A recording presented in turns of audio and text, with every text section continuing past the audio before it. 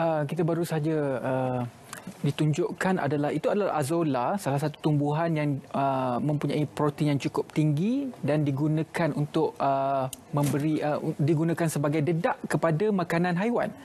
Dan hari ini di depan saya juga ada ikan keli. Saya tak boleh buka, takut melompat kat saya. Dan ada lagi beberapa inovasi tanaman. Minggu lepas kita bawakan ke studio ini adalah hidroponik tentang aquaculture. Anak-anak OKU. Dan hari ini kita bawakan sekali lagi inovasi sains dan teknologi dari aspek penanaman. Satu lagi produk di bawah Yayasan Pelajaran Johor sebenarnya. Hari ini bersama dengan kita ada 3 tetamu. Di sebelah saya ialah Puan Zunaira binti Ahmad, iaitu peserta projek Azolla USM. Dan di sebelah sini ialah Encik Patah Abidin bin Muhammad Said, dan di hujung sana ada Saiful Hazim bin Samsul Bahari, iaitu pengurus projek Azolla Mahasiswa Harapan Masyarakat USM.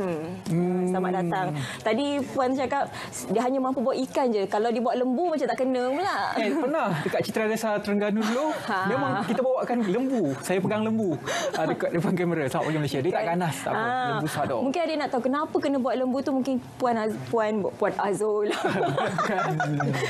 Puan Zunaira boleh terangkan sebenarnya apakah yang dimaksudkan dengan Azolla ni tadi? Kalau yang itu bisa idea Azolla. Projek ni. Sila. Okey, idea asal Azolla ni saya terima bila kita diseru oleh Kerajaan Negeri Johor untuk membuat satu projek iaitu Mahasiswa Harapan Masyarakat. Ya, jadi saya pun lihat ini sebagai satu platform yang sesuai untuk masyarakat menyumbang kembali kepada masyarakat. Okey, jadi saya pun meminta nasihat daripada USM sendiri, macam doktor saya, Dr. Nasir, bertanyakan apakah inovasi yang kita boleh bawa kepada masyarakat, dan dia menyalurkan saya kepada bahagian jaringan industri dan masyarakat di USM. Dan mereka memberitahu bahawa di USM kita ada satu inovasi iaitu Azolla yang boleh menyumbang kepada masyarakat, dan saya pun belajar lebih lanjut inovasi ini daripada Profesor Kimi. Okey, jadi apakah itu Azolla? Okey, Azolla ni mengikut definisinya dia merupakan satu tumbuhan hijau yang terapung di atas permukaan air dan mempunyai banyak khasiat yang tidak diketahui oleh ramai. Okey, dia mempunyai kandungan protein yang tinggi setanding dengan dedak, iaitu sebanyak 25% sehingga 30% kandungan protein. Jadi yang kat depan ni lah Azolla yang terapung ni. Kalau kita boleh tengok kat sini. Boleh nak guna ni, saya tunjuk yang ini. Ini dia. Kalau boleh kamera boleh zoom. Ini Azolla. Proses penanamannya bagaimana? Cara penanamannya, okey, dia ada banyak cara. Okey, contoh macam Azolla ni, kita hanya perlu ambil daun-daun ni, dan kita campak dalam air. Jadi kita kalau nak buat nanti tunjuk. Dia ada cara dia. Kalau kita ada segmen masak-masak, hari ni kita ada segmen ni. Bila kita tahu Azolla ni tinggi kandungan protein, jadi ia bagus untuk dijadikan makanan haiwan ternakan. Sebagai contoh, ayam, itik, lembu, kambing dan ikan. Okey. Dan Azolla juga selain daripada peternakan, ia juga bagus untuk sektor perikanan, macam ikan tadi, dan dia juga bagus untuk sektor pertanian. Okey, contoh dalam pertanian, kita boleh ambil Azolla ni, kita letak dekat pokok-pokok yang kita tunjuk, dan Azolla ni akan mengikat kandungan nitrogen dekat udara dan menyebabkan tumbuhan ni tumbuh lebih segar. Dia akan cepat untuk membiaklah tumbuhan ni. Contoh kalau kita bagi dekat negeri China, dekat negara China kan, mereka telah menggunakan kombinasi Azolla ni dengan penanaman padi supaya tanaman padi mereka tumbuh lebih cepat dan segar. Sumber dia datang daripada mana? Okey, sumbernya ada yang kata sumber asalnya daripada Vietnam. Okey, tapi di Malaysia kita juga boleh dapatnya di tempat-tempat yang sukar seperti hutan, di tepi-tepian sungai, dan di kawasan sawah padi. Mungkin kita pernah nampak sebelum ni, tapi kita tak sedar. Kita tak tahu yang dia akan lumut ke. kita tak tahu dia punya khasiat dia tinggi. Jadi Azolla ni dia ada pelbagai jenis. Kalau kita tahulah di seluruh dunia ni, adakah hanya jenis ini saja yang bersesuaian untuk dijadikan makanan kepada haiwan ni? Azolla ni dia ada banyak jenis. Yang setahu saya ada 7 jenis Azolla. Okey, yang di Asia Tenggara kita pakai Azolla jenis macam ni lah. Okey, Azolla jenis macam ni. Kita tengok. Yang ini asalnya kita ambil daripada USM dan mengikut panduan daripada Prof saya. Dia kata dia ambil ini pun daripada penternak-penternak daripada tempatan dekat Malaysia juga. Faham. Jadi mungkin lap dulu tak? Lap. Jadi azola yang kita nampak dekat sini adalah azola yang kita kata mentah lah, masih raw dekat atas. Tapi azola ni juga boleh dikeringkan dan dijadikan sebagai baja. Sebab kan kita tak ada lembu tadi tu nak tunjukkan makan. Mungkin kita boleh tunjuk dekat demo dekat pokok ni lah. Kalau boleh tengok dekat pokok ni. Ini pokok cili apa? Cili. Biar dia dekat. Puan. Nak cerita azola kan, nak cerita cakap okay. Saya gunakan lebihan azola tadi pada pokok Royal Black. Royal Black. Cili maksudnya.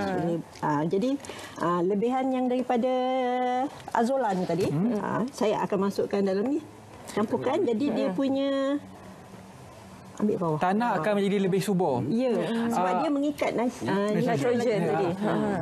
Kering ataupun memang secara segar begini? Memang boleh. Nak kering boleh, nak segar pun boleh. Pasal apa yang ni sebenarnya selain daripada kita buat cara basah macam ni, tetapi kita juga boleh jadikan azola ni sebagai kompos, baja kompos yang kita boleh campurkan media lain. Contoh daun-daun yang gugur ni, dan daun yang berguguran tu kita himpunkan, sisa-sisa makanan kita himpunkan dan kita masukkan dalam bekas untuk kita jadikan kompos. Kompos itu sesuai dan kita boleh recycle balik semula kompos tu untuk kita gunakan dari segi penyediaan azola. Simple. Tunjuk. silakan. Jadi cuma macam yang ini kita gunakan, ini baja kompos yang kita gunakan dan itu azola. Jadi Kompos ini campuran apa? okey. Ini yang lebihan-lebihan barang dapur tadi. Sayur-sayur, daun-daun kering. dah boleh dikomposkan. sebenarnya. Boleh juga tinja ayam. Tapi tinja ayam tu dia sebenarnya tak boleh terus letak. Dia kena Dikomposkan ada rawat dulu. Ada rawat dulu. Kalau kita guna kat dapur kan banyak sisa-sisa dapur. Ya, betul. Jadi kita akan mendapkan. Jadi jadikan dia baja kompos. Jadi kita perlukan air.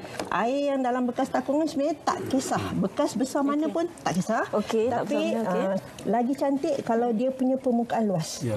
Tak perlu tinggi tapi permukaan dia luas. Jadi air masukkan lebih kurang 1/4 sahaja. Kemudian kita masukkan sedikit baja kompos. Maksud dalam air untuk dalam air. menanam, Untuk menyemai. Kalau kita tengok Azola ini memang perlukan baju kompos. kalau kita tengok azola ni bawah dia ada Sebagai akar tau. pemakanan. Bawah dia ada akar. Okey. Jadi akar ni akan Menyerap nutrien daripada kompos tersebut. Baju kompos. Okey. boleh campakkan dia punya. Okey, Dah sebab saya tak campak terus tadi. Kalau tak hidup. Tak hidup Azola saya. Baju boleh masuk ke Tapi ini nak subur lah. fakta menarik tentang azola ni, contoh saya ambil segenggam ni, contohlah saya ambil 500 gram, kita letak dalam satu takungan, dia akan membiak sebanyak 2 kali ganda dalam masa 3 hingga 10 hari. Betul. Ya betul. Masuk ni pun dia punya itu jangan banyak. Sebab tempoh kan tadi 2 hingga 10 hari kan dia cepat biak. Jadi masukkan jangan melebihi 50% daripada bekas ni. Kalau nak masuk banyak sebenarnya boleh. Tapi nanti kita bantutkan dia punya pengembangan barulah. Jadi Macam ini yang dah Dah siap. Dah siap. boleh. Ada akar-akar sekali. ada akarnya sekali. Okey. Jadi yang akar ni dia boleh putus tau. Sebab tu saya ambil akar tu saya masukkan dalam pokok saya. Okey, faham. Dan cara tak langsung, azola ni merupakan satu sumber pendapatan kepada masyarakat. Lagi nampak. Di mana jangka masa tanaman tu antara kita semai antara 3 hingga 10 hari. Berarti pusingan tu 3 hingga 10 hari dia dah dapat mengeluarkan satu pendapatan yang boleh dijual untuk untuk pengusaha-pengusaha ternakan ataupun kepada sesiapa yang berminat untuk buat projek ni. Jadi pada saya ini adalah satu sumber pendapatan kepada semua masyarakat di Malaysia ni, dan saya berharaplah agar ramai lagi anak-anak kita merebut peluang untuk mengusahakan azola. Industri azola ni sekarang, adakah mungkin kita punya azola di Malaysia ni telah dieksport ke luar negara ke atau bagaimana? Kalau buat masa sekarang ni, kita masih di Malaysia sekarang ni masih belum cukup lagi. Oh, belum cukup. Belum cukup lagi kerana tak ramai yang usahakan. Kalau kita lihat di Indonesia dia ada, cuma jangan confuse pasal ada yang macam azola tapi bukan azola. Yang itu untuk makan itik.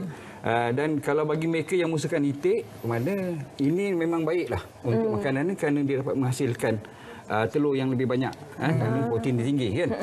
Jadi kalau kita lihat macam yang kami akan cuba membiakkan dia dengan mengajak rakan-rakan yang lain untuk buat tanaman ni, kerana tanaman ini memang terlalu cepat dan pulangan dia lebih pantas. Dan kos dia pun kurang. Ya, Kos rendah. Sekali. Semasa dituai dan digunakan untuk menjadi gembaja, menjadi makanan binatang, akar ini dibuang ataupun tidak? Tak buang. Tak. Kena buang. Oh, kena buang. Sebab dia sebenarnya tak ada. Maksud saya buang pergi kat pokok ni. Maksudnya Okey. Buang tu. gunakan 100% lah apa yang dibiarkan di situ. Termasuk air yang lebihan tadi kan kalau kita dah guna, air ni kita boleh buat Boleh buat sirap. Okey. Dan di hadapan saya sekarang ni daripada tadi bunyi lompat-lompat ni adalah ikan keli. Ada 2 ekor ikan Dua keli ekor di kat hadapan sana. saya. Boleh. Kita nak tunjukkan bahawa azolla ini juga boleh dijadikan makanan haiwan ternakan. Bismillah. Titik, dan di studio kita bawa ikan keli. Saya Biasa bawa pun bekasnya besar. Kita Pasal tengok. ni air kurang, cuma dia mungkin dia tak dapat nu kan. Dia Oh, okey. Dia makan. Dari segi penjimatan dia, Lapar menggunakan ikan. dedak biasa dan juga makanan biasa untuk binatang. Kalau- comparison harga bagaimana? Kalau hasil daripada kajian yang telah dibuat oleh USM sendiri, iaitu Profesor Hakimi, dia melihat bahawa azolla ni boleh menyebabkan penjimatan sebanyak 60% kandungan dedak. 60% kandungan dedak dapat dijimatkan. So macam selalu orang yang ternak haiwan, dia akan beli dedak kan secara harian. So selepas ni mereka boleh menjimat sebanyak 60%. So azolla ni dilihat sebagai satu penjimatan yang banyak dan kita boleh pasarkan dekat orang-orang kampung untuk buat sama-sama. Setakat ni kita dah buat satu kita panggil rumah azolla di rumah Haji Patah Abidin. Dan dalam tu kita ada macam bekas macam ni ada lebih kurang 80 bekas. Kita biarkan. Ni lebih besar lagi. Jadi azolla ni sensitiviti dia macam mana? Mungkin dari segi cuaca ataupun lighting macam mana? Dia azolla ni sebenarnya dia perlukan cahaya matahari. Perlukan cahaya matahari. Tetapi dia tidak boleh kena air yang terlalu banyak pasal dia akan berubah dari segi kandungan baja dalam tanah ni pemakanan. Okey. Jadi sebab tu macam yang apa yang kami buat ya untuk mengawal tu kita buatkan rumah azolla macam kita tengok tadi awal tu kan. Jadi kalau siapa yang nak tengok macam mana kita buat, datanglah. Tempat kami di Felda Bukit Batu je. Kampung Felda Bukit Batu. Peluang untuk dikomersialkan bagaimana? Setakat ni kami daripada Azolla USM telah bekerjasama dengan beberapa agensi kerajaan negeri dan agensi swasta untuk menyalurkan azolla yang diusahakan oleh penduduk kampung kepada mereka. Maka dari sini penduduk kampung dapat membuat menjana pendapatan lebihan hanya daripada rumah. Rumah azolla, kos pembinaannya bagaimana? Sebenarnya tak perlu sangat. Tak wajib lah, senang cakap kata rumah azolla tu. Boleh buat kawasan terdedah aja. Sebab yang Harus penting ada cahaya kontrol- matahari. Cahaya matahari kena kontrol. Dia tak boleh Air. terik sangat. Dan tidak Kalau- hujan. Kadang hujan je. Pasal air. yang kita buat tu pasal kita nak elakkan jangan sampai hujan ni. Kalau kita tengok di street ni macam ni contoh dia, contoh tempat penanamannya. Ini di mana? Ni di Felda Bukit Batu di rumah saya. Oh, rumah. Luas rumahnya. Berapa luas rumah azolla? Rumah azolla ni tak luas. Yang ini kita buat ni hanya saiz 20 kali 30 je, tak besar. Kecil saja. Tetapi kita buat rak tu untuk kita menyuatkan space dan kita boleh letak banyak lagi lah. Dan tujuan pertama pasal kita nak jadikan dia sebagai benih, itu yang kita kontrol dia supaya tak ada serangan serangga dan apa kan. Jadi bila kita bekalkan kepada mereka-mereka yang berminat, dia dapat yang benih baik, yang terbaik. Itu sebab tu kita ada buat rumah untuk azolla tu. Azolla. Okey, menarik. Itu adalah perkongsian sains dan teknologi inovasi kita dalam kita mungkin memberi penjimatan. Betul. Dan ini sebenarnya memberi peluang kepada anak-anak muda di sana yang ingin berniaga tapi mungkin ada kekangan dari segi keuangan. Ini merupakan cara yang terbaik sebenarnya sebab kosnya rendah, mudah pula untuk ditanam dan kita ada demand sekarang ni. Demand melebihi daripada supply. Betul. Jadi itu sangat pentinglah di sini. Dan terima kasih kepada kesemua tetamu kita berkongsi kepada kita bagaimana untuk kita baja pokok, tanam azolla dan juga bagi makan ikan di hadapan saya ini.